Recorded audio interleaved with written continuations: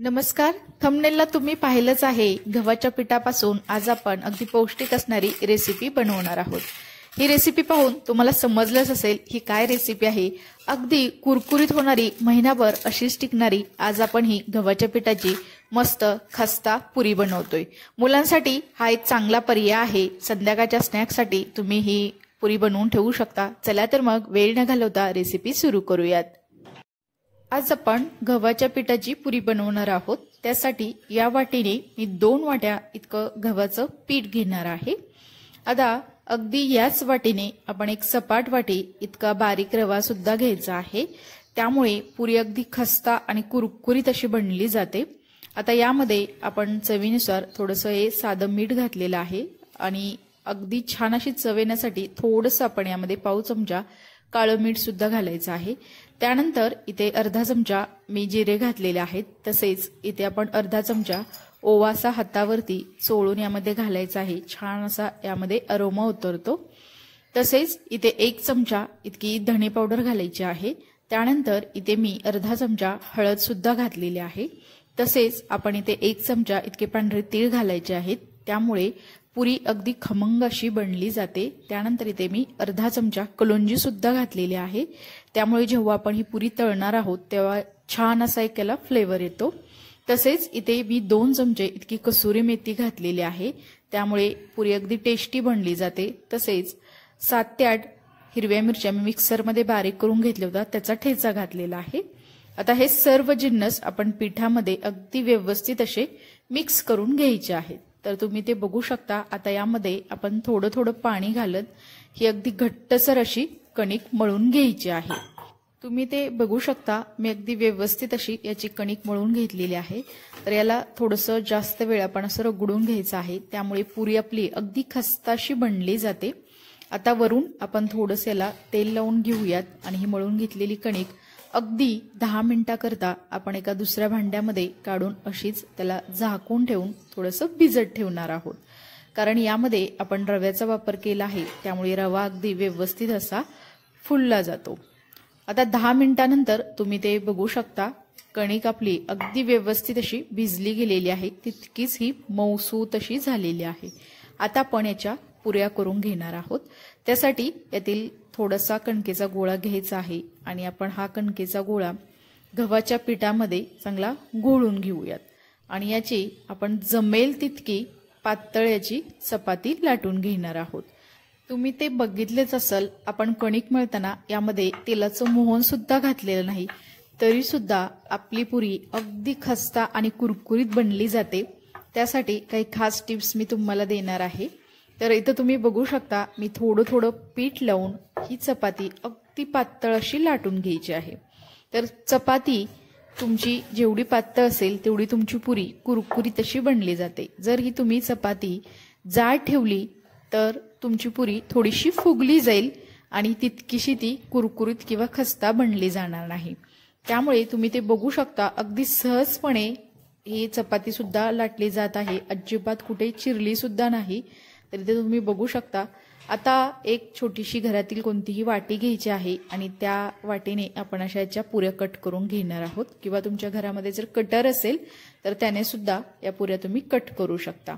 तर हव्या त्या आकारामध्ये तुम्ही या पुऱ्या कट करू शकता. अजून छोटी वाटी असेल तर त्यांनी सुद्धा तुम्ही ही पुरी कट करून घेऊ शकता. तर इथे या कट करून घेतलेल्या या सर्व पुऱ्या आपण एका दुसऱ्या ताटामध्ये काढून घेऊयात.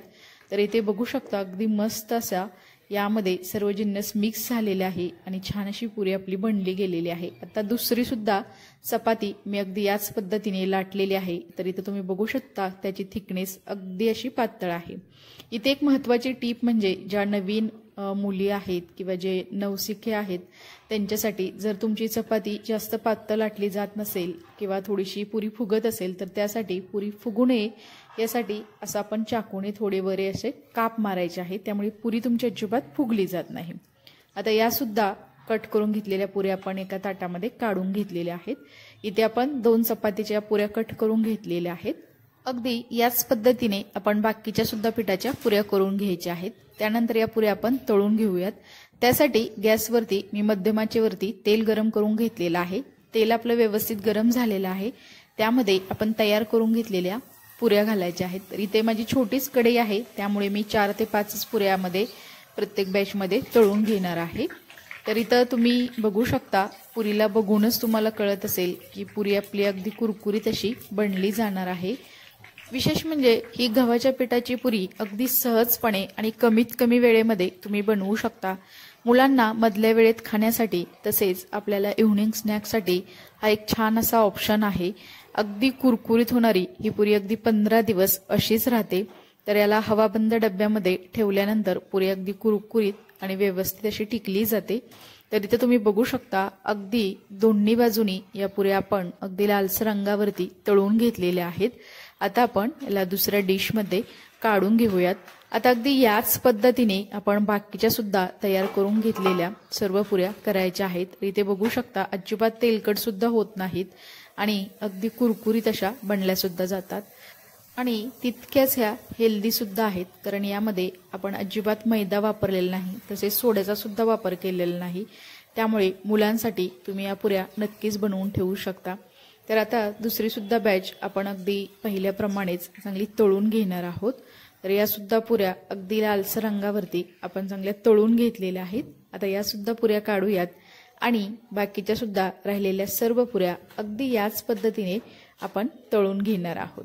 तर तुम्ही ते बघू शकता, इथे सर्व पुऱ्या अगदी व्यवस्थित अशा तळून झालेल्या आहेत। अगदी 2 वाटी गव्हाचं पीठ आणि 1 वाटी रव्यामध्ये अगदी टोपलीभर इतक्या ह्या पुऱ्या बनल्या गेलेल्या आहेत। एकसारख्या रंगावरती सर्व पुऱ्या तळल्या सुद्धा गेलेल्या आहेत। तर यातील काही पुऱ्या अगोदरच माझ्या मुलाने थोड्याशा फस्त केलेल्या आहेत।